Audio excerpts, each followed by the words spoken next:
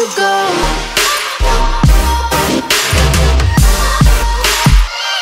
Never let you go.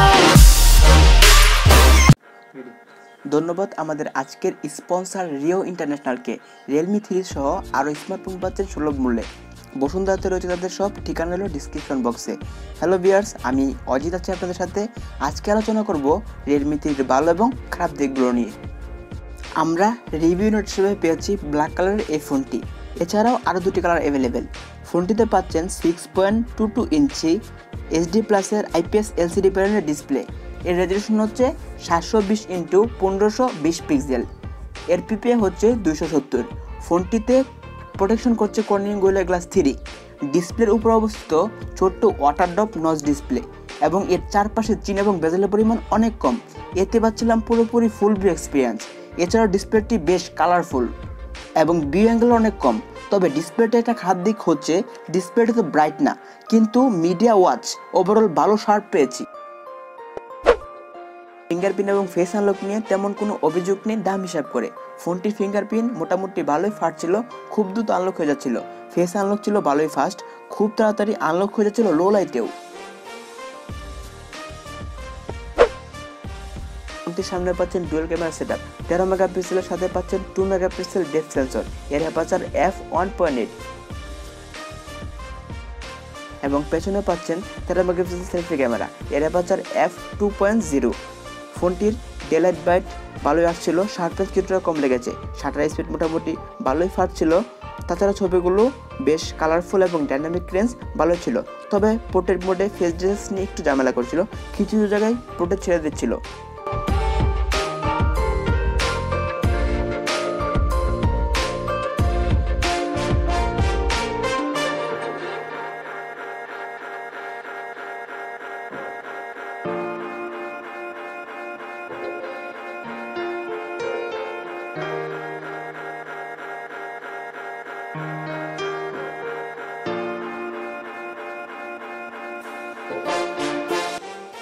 ফোনটিতে 30 fps HD+ রেজলিউশনে video করা যাচ্ছিল। ভিডিওতে কালারগুলো ভালো পাওয়া যাচ্ছিল। ইএস না থাকার কারণে হালকা সেকে আসছিল। ডেইলি ইউজের ল্যাগ বা হ্যাং চোখে পড়েনি। নর্মাল ইউজাররা ফেসবুক, ইনস্টাগ্রাম স্মুথলি ইউজ করতে পারবেন, তেমন কোনো প্রবলেম হবে না অথবা ল্যাগ বা হ্যাং পাবেন না। রিসেন্ট অনেকগুলো অ্যাপস রানিং থাকার পরেও তেমন কোনো ল্যাগ বা হ্যাং দেখা পাইনি। প্রসেসর হিসেবে এতে ব্যবহার করা হয়েছে MediaTek MT6771 Helio P70। MediaTek প্রসেসরগুলোর মধ্যে মোটামুটি ভালোই পারফর্ম করা একটি প্রসেসর। মূলত এটি একটি অক্টাকোর প্রসেসর। এর 4টি কোর 2.1 GHz, অন্য 4টি কোর 2.0 GHz। এছাড়া গ্রাফিক্সে থাকছে Mali G7 MP3। রেগুলার ইউজে কোনো প্রকার প্রবলেম হবে না। মাল্টিটাস্কিং সহ অন্যান্য কাজগুলো খুব সহজেই করা যাবে।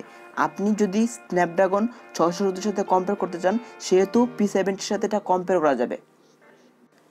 এতে রানিং করছে অ্যান্ড্রয়েড পাই ColorOS 6। যদিও ColorOS 6 আমার পার্সোনাল চয়েস না, তবে ColorOS 6 আগের তুলনায় বর্তমানে অনেক স্মুথ এবং অপটিমাইজ লেগেছে।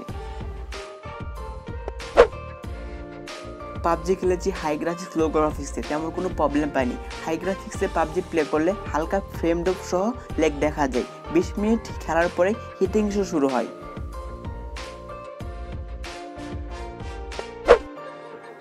এর স্পিকার সাউন্ড কোয়ালিটি মোটামুটি ভালো, সাউন্ড বেশি লাউডও না আবার বেশি কমও না, মানে সাউন্ড কোয়ালিটি এভারেজ লেভেলের।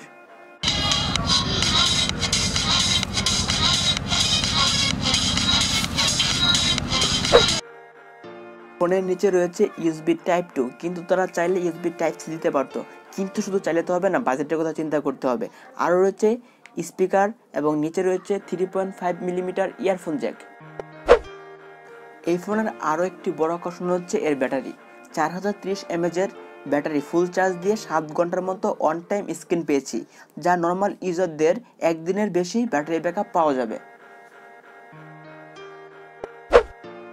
আজ আর নয়, দেখা হবে, খেলা হবে নেক্সট কোনো রিভিউতে।